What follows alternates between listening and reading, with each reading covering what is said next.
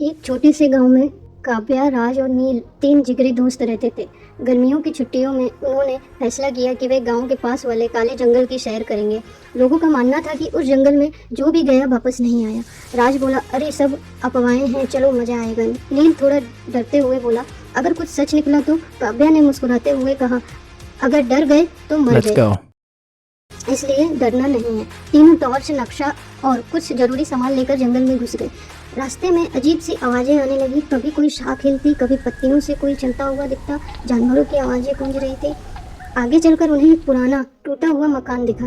उसके दरवाजे पर अजीब सा निशान था, जैसे किसी जानवर के पंजे या फिर कोई इंसानी निशान। वे समझ नहीं पा रहे थे। अंदर घुसते ही दरवाजा अपने आप बंद हो गया। तीनों घबरा गए। अंधेरे में उन्हें एक डायरी मिली जिसमें किसी अर्जुन नाम के व्यक्ति की बातें लिखी थी। मैं यहाँ फंस गया हूँ, बाहर जाने का रास्ता अब सिर्फ रहस्य से होकर गुजरता है। काव्या ने डायरी के पन्ने को ध्यान से पढ़ा। उसमें लिखा था, अगर कोई बाहर निकलना चाहता है तो उसे 3 दरवाजों में से एक को चुनना होगा, पर याद रखो एक दरवाजा मौत की ओर भी जाता है। राज घबरा गया। 3 दरवाजे और उसमें से एक मौत की ओर जाता है। नील बोला, ये तो कोई खेल जैसा लग रहा है, पर बहुत खतरनाक, जिसमें जान भी जा सकती है। अचानक दीवारें हिली और तीनों दरवाजे उनके सामने उभर आए। एक नीला दरवाजा, एक लाल दरवाजा और एक काला दरवाजा।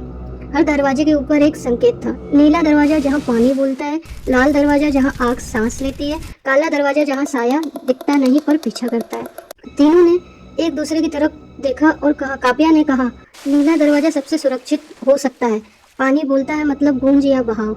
राज ने बोला, लाल दरवाजे की तरफ देखा और बोला, पर आग में सांस कैसे ले सकते हैं, ये तो साफ चाल है। नील ने काले दरवाजे की ओर इशारा किया और बोला, जो दिखता नहीं पर पीछा करता है, ये साया नहीं, शायद कोई प्राणी है। आखिरकार बहुत सोचने के बाद तीनों इस नतीजे पर निकले कि उन्होंने नीला दरवाजा चुना। और अंदर एक सुरंग थी जिसमें पानी की गूंजती हुई आवाजें आ रही थी, लेकिन साथ ही एक धीमी हंसने की आवाज भी आ रही थी। नीला दरवाजा पार करते ही तीनों दोस्त एक लंबी संकरी और नम सुरंग में दाखिल हुए। चारों तरफ टपकता पानी, दीवारों पर उगी हुई काई और हवा में अजीब सी नमी। नील ने धीरे से बोला, यहाँ कोई है। राज ने टॉर्च घुमाई, कहीं कुछ हिला था अभी। अचानक सुरंग में एक ठंडी लहर सी उठी और उनके सामने पानी से बनी एक आकृति उभर आई। एक विशाल पारदर्शी जल मानव। उस जल मानव की आंखें चमक रही थी। उसने गूंजती और भारी आवाज में कहा, तुमने सही दरवाजा चुना, लेकिन अब अगली परीक्षा का सामना करना होगा। जो डर गया वो यहीं रह जाएगा हमेशा के लिए। काव्या हिम्मत से आगे बढ़ी और पूछा, अगली क्या परीक्षा है? जल मानव ने पानी में एक गोल आकृति बनाते हुए कहा, सच्चाई की सुरंग को पार करो, जहाँ हर व्यक्ति को अपना सबसे बड़ा डर दिखाई देगा। डर को स्वीकार करोगे तो पार कर पाओगे, नहीं तो यहीं फंस जाओगे। एक एक करके तीनों ने सुरंग में कदम रखा। नील को अपने बचपन का हादसा दिखा जब उसने अपने भाई को खो दिया था। ये नील का सबसे बड़ा डर था। राज को उसका सबसे बड़ा डर दिखाई दिया, ऊंचाई से गिरना। काव्या को उसकी माँ की बीमारी और उसे खो देने का डर दिखा। तीनों का डर उनके सामने आया, लेकिन तीनों कांपते हुए बाहर निकले, लेकिन उन्होंने अपने डर का सामना किया। जैसे ही वे बाहर आए, जल मानव गायब हो गया। उनके हाथ में एक प्राचीन नक्शा आ गया। काव्या ने हैरानी से कहा, ये तो पूरे जंगल का नक्शा है, और ये रहा अगला संकेत। जहाँ पेड़ों की छाया सोती है वहाँ दरवाजा जागता है। अब उन्हें एक रास्ता मिल गया था, पर क्या वो रास्ता सुरक्षित था? तीनों ने नक्शे को ध्यान से देखा। उस पर छाया घाटी नामक एक जगह चिन्ह था, जो जंगल के सबसे घने हिस्से में थी, जहाँ सूरज की रोशनी भी ठीक से नहीं पहुँचती थी, जहाँ दिन में भी अंधेरा होता था। घंटों चलने के बाद वो जगह आई, एक घाटी जहाँ चारों तरफ बड़े बड़े पेड़ थे और सचमुच वहाँ हर वक्त छाया ही छाया थी। अचानक जमीन हिलने लगी। झाड़ियों के पीछे से एक पत्थर का दरवाजा बाहर आया, जिसके ऊपर खुदा था, जो समय को छेड़े वो खुद समय का कैदी बनता है। राज ने कहा, अब क्या टाइम ट्रेवल भी होगा? नील घबराते हुए, अरे यार, हम बस यहाँ से बाहर निकलना चाहते हैं, अब ये समय की बात कहाँ से आ गई? जैसे ही उन्होंने दरवाज़ा खोला, एक तेज रोशनी में तीनों गायब हो गए। जब होश आया तो उन्होंने खुद को उसी मकान के सामने पाया जहाँ से सब कुछ शुरू हुआ था, लेकिन माहौल कुछ अलग था। लोग पुराने कपड़े पहने थे, घोड़ों की गाड़ियों से यात्रा कर रहे थे और मोबाइल और बिजली जैसा कुछ भी नहीं था। काव्या ने बोला, ये कौन सा समय है? उन्होंने एक बच्चे से पूछा, ये कौन सा साल है? बच्चा बोला, साल 1902 चल रहा है दीदी। तीनों हैरान, क्या वो अतीत में आ चुके थे? क्या वो अब कभी अपने समय में लौट पाएंगे? तभी उन्हें मकान के बाहर वही नाम दिखा, अर्जुन नाथ का भवन, जिसका जिक्र पहले डायरी में था।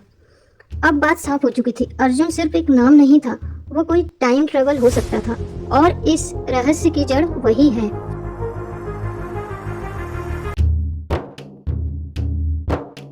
अर्जुन का रहस्य और समय की आखिरी चाबी।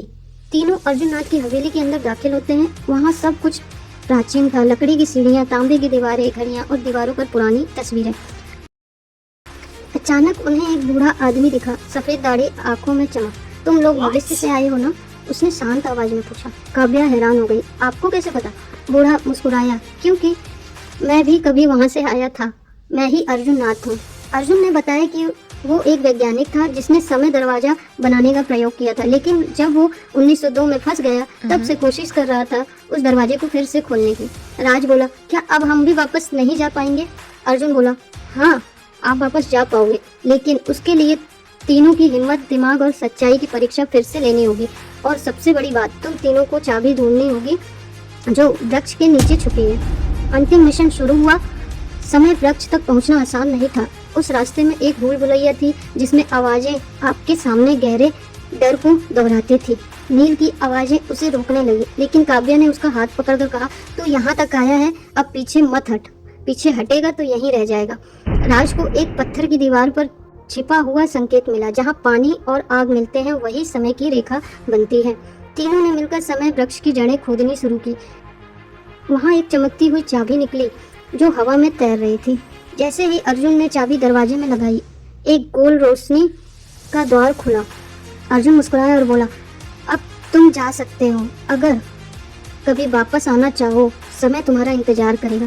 तीनों दोस्त रोशनी के दरवाजे में कूदे और आँख खुली तो वो अपने ही समय में थे, उसी जंगल के बाहर। सब कुछ वैसा ही, लेकिन अब वे बदल चुके थे। उन्हें काव्या ने कहा, क्या ये सब सपना था?